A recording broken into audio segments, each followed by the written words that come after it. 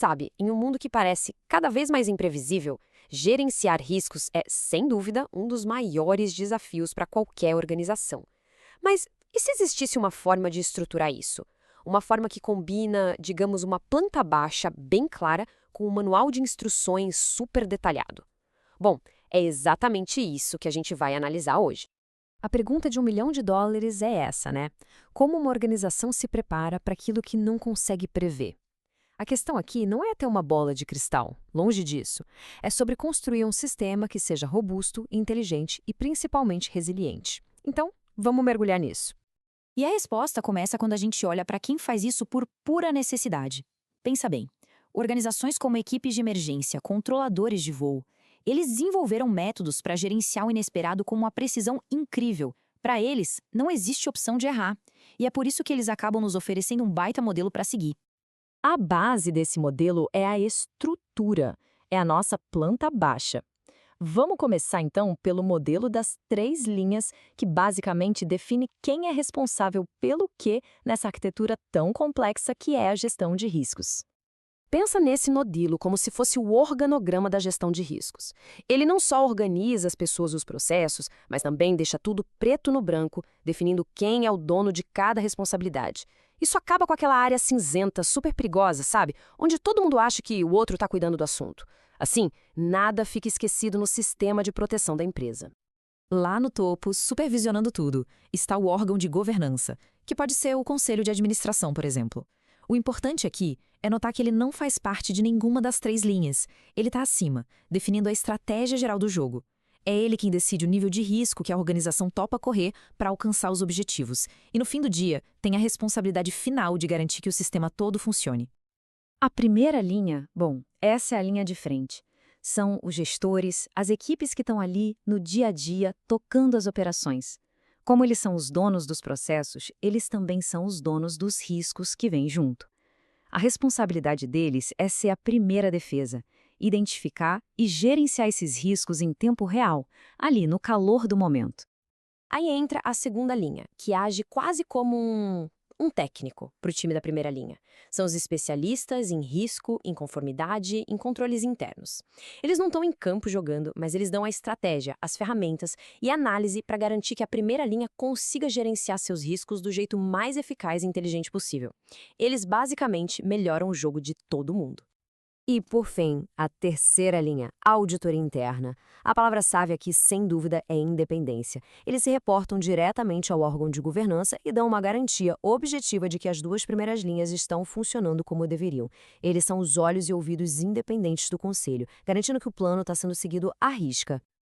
Então, ok, temos a estrutura, nossa planta baixa, o quem. Mas como essa estrutura deve operar no dia a dia? Qual é o quê? Para isso, a gente precisa de um manual. Vamos avançar e ver como a norma ISO 31000 entra nessa história. E a filosofia central da ISO 31000 é muito clara e, olha, é poderosa. Gestão de riscos não é só sobre evitar perdas ou se defender do que pode dar errado. É sobre criar e proteger o valor da organização, melhorando o desempenho e ajudando a alcançar os objetivos. Ou seja, é uma ferramenta de ataque, não só de defesa. Para que a gestão de riscos funcione de verdade, a norma ISO 31000 não deixa espaço para achismo, não. Ela define 8 princípios essenciais. Pensa neles como se fossem os pilares que sustentam toda a estrutura. Se um deles estiver fraco, a construção toda corre perigo. E aqui estão eles. O que é muito legal aqui é como esses princípios formam um ecossistema. Integrada significa que risco não é um departamento isolado, sabe? Faz parte de cada decisão. Personalizada lembra que não existe uma solução única para todo mundo. A abordagem precisa refletir a cultura da empresa. Inclusiva e fatores humanos reconhecem que a melhor planilha do mundo não serve para nada se as pessoas não a usarem direito. E claro, melhoria contínua é a chave. O sistema não pode ficar parado, ele precisa evoluir. Juntos, eles criam um sistema que é vivo, que é dinâmico. Ok, então a gente tem uma planta baixa que diz quem é responsável e um manual que diz o que fazer. Agora vem a parte mais legal, ver como essas 2 ferramentas se juntam para construir algo muito, mas muito maior. A analogia que a fonte usa é simplesmente perfeita. É como se fossem peças de Lego, onde um modelo tem uma lacuna, o outro se encaixa ali direitinho, criando uma estrutura sólida, completa e sem nenhum ponto cego. E isso aqui mostra brilhantemente essa complementariedade. O modelo das 3 linhas responde à pergunta quem é responsável. Já a ISO 31000 responde o que precisa ser feito e como. Juntos, eles formam um sistema coeso onde a estrutura tem um processo para seguir e o processo tem uma estrutura para operar. Simples assim. E os benefícios práticos disso? Nossa, são imensos. A comunicação melhora porque todo mundo começa a falar a mesma língua. As ações são coordenadas, evitando aquele cansaço, sabe? Onde equipes diferentes fazem a mesma coisa sem nem saber. O resultado final não é só mais eficiência, é uma cultura de risco muito mais forte e inteligente. Isso nos leva à conclusão mais importante de toda essa abordagem integrada: a verdadeira virada de chave. Então, o ponto crucial é este. A gestão de riscos deixa de ser uma função de um único departamento e passa a ser parte do DNA do trabalho de todo mundo.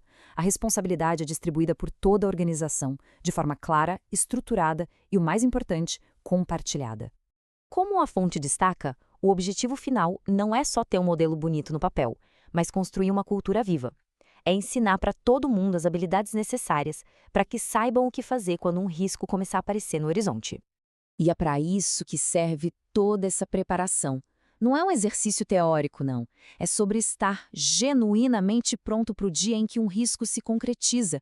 Porque, como a gente sabe, esse dia, de uma forma ou outra, sempre chega. E isso nos deixa com uma pergunta para reflexão. Uma organização está de fato construída para gerenciar o inesperado? A resposta parece estar não em ter só a planta baixa ou só o manual, mas na combinação inteligente e eficaz dos dois para guiar o caminho.